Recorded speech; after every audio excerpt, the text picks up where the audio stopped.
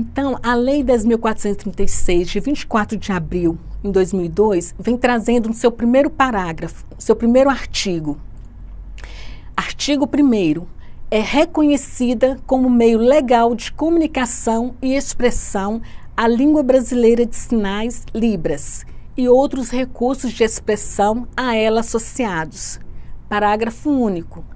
Entende-se como língua brasileira de sinais, Libras, a forma de comunicação e expressão em que o sistema linguístico de natureza visomotora, com estrutura gramatical própria, constitui um sistema linguístico de transmissão de ideias e fatos oriundos de comunidades de pessoas surdas no Brasil.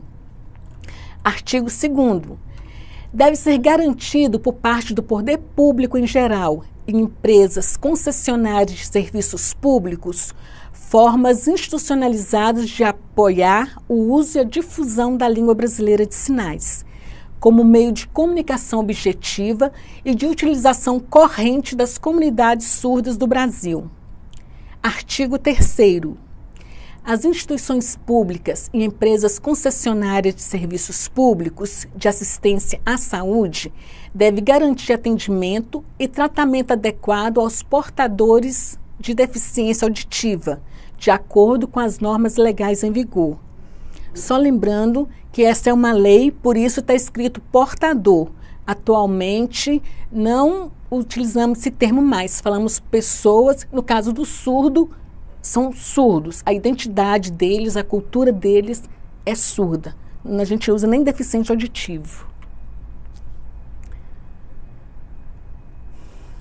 No artigo 4º, o Sistema Educacional Federal e os sistemas educacionais estaduais, municipais e do Distrito Federal devem garantir a inclusão nos cursos de formação de educação especial, de fonoaudiologia e de magistério, em seus níveis médio e superior, o ensino da língua brasileira de sinais, Libras, como parte integrante dos parâmetros curriculares nacionais, BCNS, conforme legislação vigente. Parágrafo único. A Libras não poderá substituir a modalidade escrita da língua portuguesa. Então, o surdo aprende a Libras como a primeira língua, que é L1, mas tem que aprender a língua portuguesa na modalidade escrita. No capítulo 4, nós vamos estudar sobre a língua brasileira de sinais, a Libras. Desde a década de 1960, a quantia de pesquisas sobre linguagem na modalidade visoespacial aumentou consideravelmente. Há estudos sobre a estrutura, aquisição, funcionamento das línguas que vem sendo realizado no Brasil e no exterior. Há algumas divergências entre os importantes estudos feitos por Wilkins, Saussure e Chomsky. Eles questionavam se a língua oral e a gestual teriam pontos em comum ou seriam totalmente diferentes. Atualmente está convencionado que a língua de sinais é uma forma linguística legítima de comunicação. Ela não pode ser vista como uma língua mórbida utilizada por pessoas que têm alguma anomalia. A surdez não torna a pessoa um ser com possibilidades a menos ou impossibilitada, mas com possibilidades diferentes. Afinal, o surdo possui condições necessárias ao desenvolvimento e aquisição da linguagem e requer professores que levam em conta as diferenças culturais e linguísticas do sujeito surdo. Ele precisa ter professores que acreditem no potencial dele, ao invés de pessoas que subestimem suas capacidades cognitivas e linguísticas.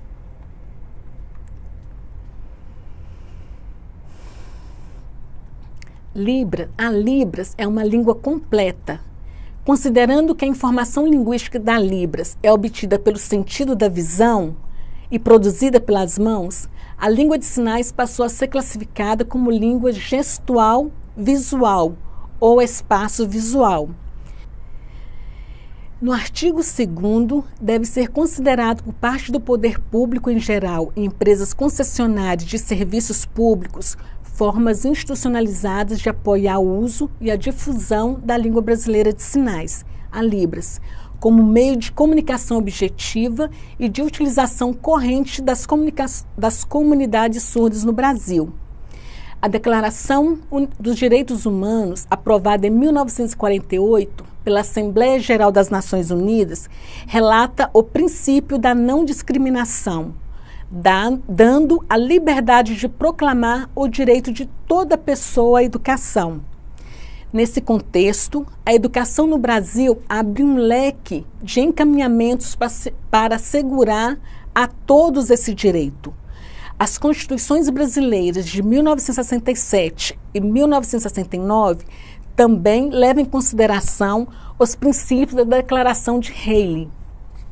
O artigo 206, inciso 1º, estabelece a igualdade de condições de acesso e permanência na escola, como um dos princípios para o ensino e aponta como dever do Estado a oferta do atendimento educacional especializado, preferencialmente na rede regular de ensino.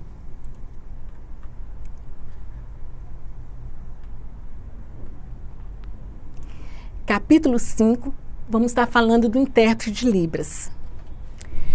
Os alunos surdos precisam ser acompanhados com auxílio do intérprete da língua de sinais, profissional fluente na língua falada, sinalizada de seu país, qualificado para desenvolver essa função.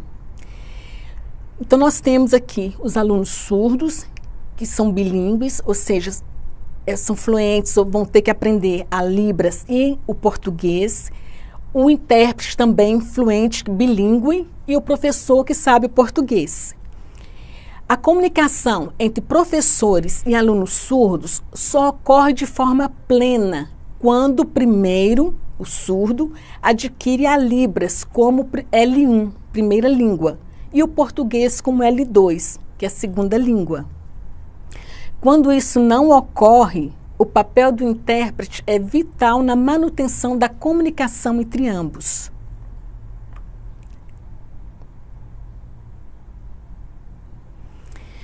No momento de uma interpretação, o intérprete da Libras precisa mostrar-se totalmente imparcial, sem interferência de opinião pessoal, deve passar confiança e manter sigilo caso lhe seja pedido. Deve saber estabelecer limites no envolvimento durante sua atuação e empresar pela fidelidade oral, textual, ou seja, jamais alterar ou opinar acerca do assunto em questão. Quadro expõe de forma enfática os pressupostos desse profissional.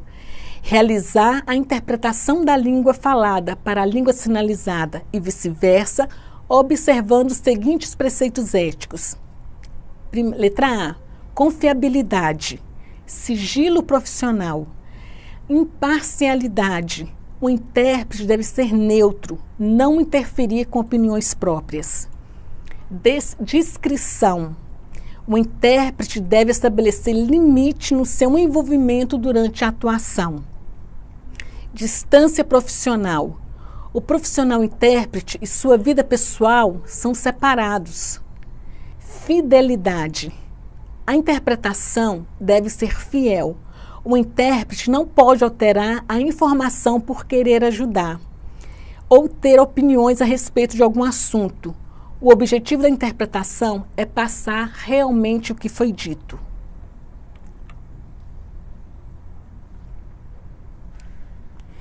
O intérprete precisa poder negociar conteúdos com o professor, revelar suas dúvidas, as questões do aprendiz e, por vezes, mediar a relação com o aluno, para que o conhecimento que seja almejado seja construído. Se tiver dúvidas ou não estiver entendendo o conteúdo que o professor está ensinando, deve solicitar ao professor a repetição ou a explicação desse conteúdo para o aluno surdo, para que ele não fique prejudicado em sua aprendizagem. Para isso acontecer, o intérprete deve ter responsabilidade e diálogo aberto com os professores, além de humildade para assumir o que não entendeu. A tarefa de interpretar múltiplas disciplinas é exaustivo e difícil, pois para cada conteúdo, o intérprete terá que buscar sinais para enriquecer seu vocabulário, contextualizando e transmitindo conhecimento de forma fidedigna.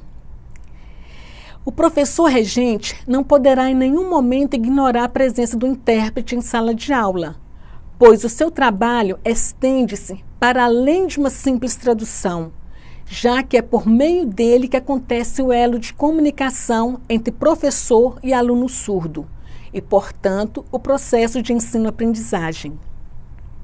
A atuação do intérprete é de suma importância, pois sem a sua presença se torna impossível para o aluno ou aluna surdo adquirir conhecimento e absorver conteúdos ministrados na sala de aula pelo professor ouvinte.